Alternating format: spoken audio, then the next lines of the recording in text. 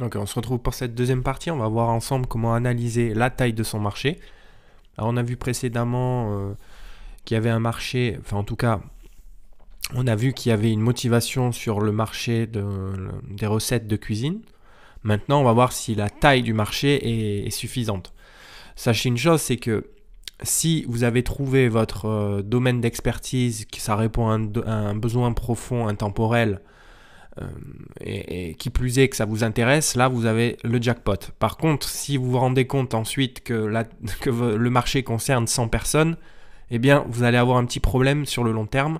Effectivement, vous allez vendre à 100 personnes, mais vous tiendrez pas sur la durée. Et donc, c'est essentiel, je dirais même que c'est indispensable et que c'est la condition qu'il faut respecter le plus. Si ce n'est que sans cette condition-là, eh bien, vous ne pouvez plus avancer, vous ne pourrez pas évaluer la concurrence. Savoir qu'il faut absolument un marché conséquent.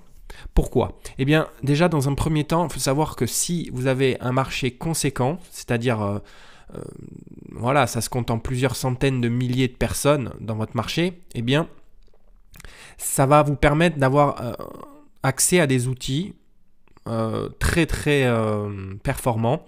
Je prends pour exemple l'outil d'audience similaire créé par Facebook.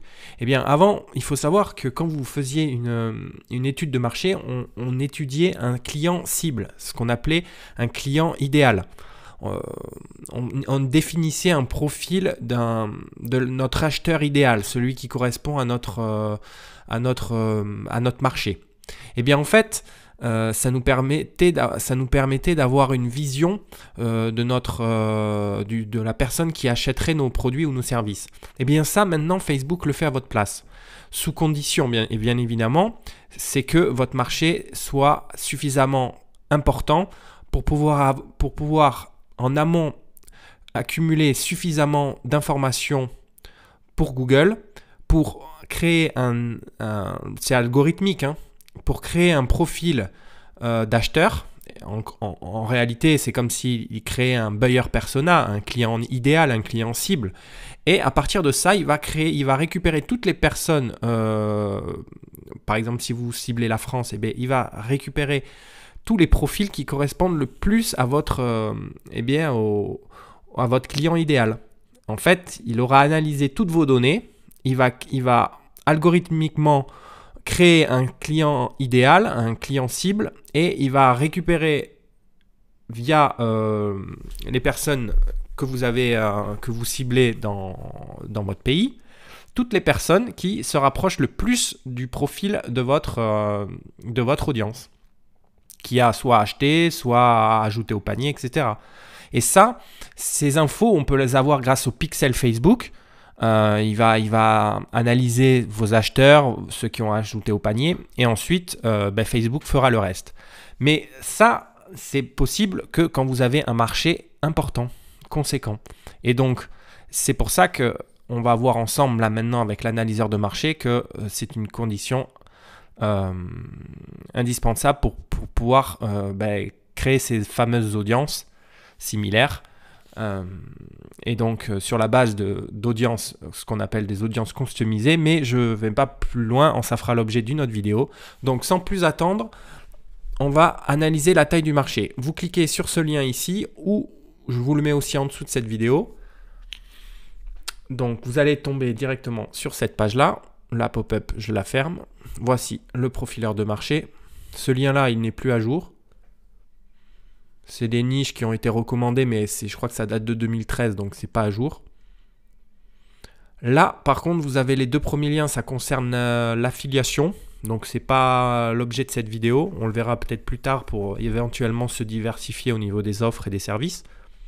Ça peut être un complément un complément de revenus. Et augmenter d'une manière pour augmenter votre chiffre d'affaires, pourquoi pas. Mais là, ce qui nous concerne, c'est notre propre vente d'infoproduits. Donc on clique sur le lien et on tombe sur cette page-là. Je vous laisse éventuellement regarder les tutos, vidéos tutos. Je les ai déjà vues, elles sont bien faites. Je vais marquer le nom de ma niche. Alors, je mets recette de cuisine. Motivation du marché. Combien de livres en français se trouvent sur Amazon.fr qui sont proches de votre sujet? Eh bien là, on se rend sur Amazon.fr. Vous allez tomber sur cette page-là. Et là, vous allez cliquer sur livre en français. À ce moment-là, vous cliquez sur... vous tapez le nom de votre niche. Recettes de cuisine. Voilà. Et on a 10 000 résultats pour la thématique recettes de cuisine. Donc, combien de livres en français? On en a plus de 10, ça c'est sûr. Combien de commentaires existent pour le livre le plus vendu? Là, vous prenez le premier livre où il y a l'écriteau numéro 1 des ventes. On voit qu'il y a 90 commentaires. Donc, on est à 16 et plus. Quel est le classement général du livre qui se vend le mieux autour de votre sujet chez Amazon.fr? Eh bien, vous cliquez dessus. Et là, vous descendez en bas dans la rubrique détails sur le produit, ici. Voilà. Et là, vous prenez non pas les classements spécifiques du livre dans la sous-catégorie, mais vous prenez bien le classement général des ventes d'Amazon dans la catégorie livre. Ce livre est classé 34e. Donc, on voit qu'il est clairement dans la tranche basse. Quelle est la moyenne du nombre de commentaires des 3 livres qui se vendent le mieux? Là, généralement, c'est lié aux commentaires. Indirectement, plus il y a de commentaires, généralement, plus il y a de ventes. Donc, celui-là, potentiellement, 621 commentaires. Il y a celui-là qui a été bien vendu, 90 commentaires.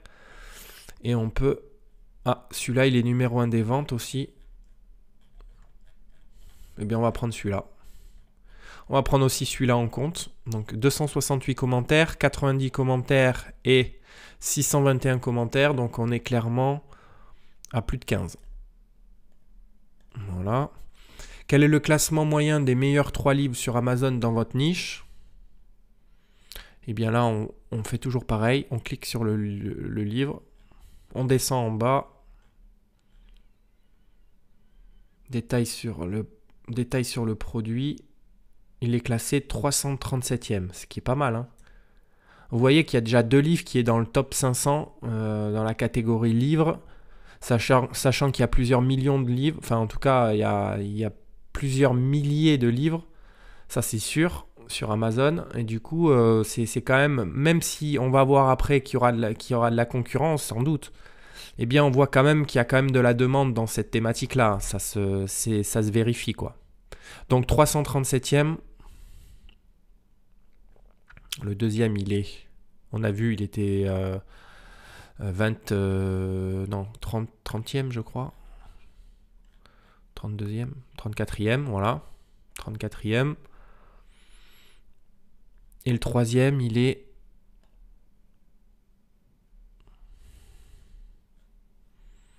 538e, ok.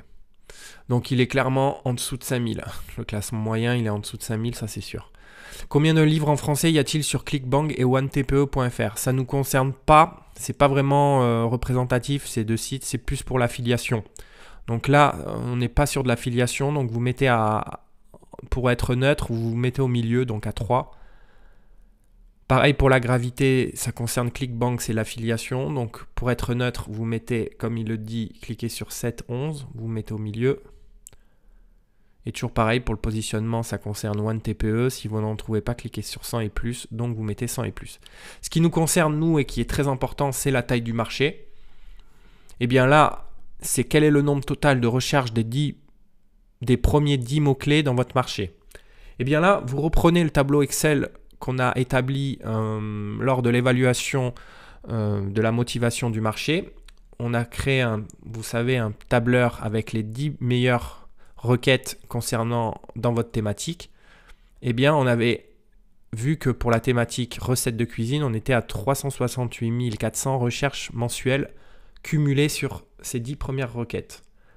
Donc, on est clairement à plus de 300 000. Donc vous voyez qu'il y a quand même, a priori, il y a un marché.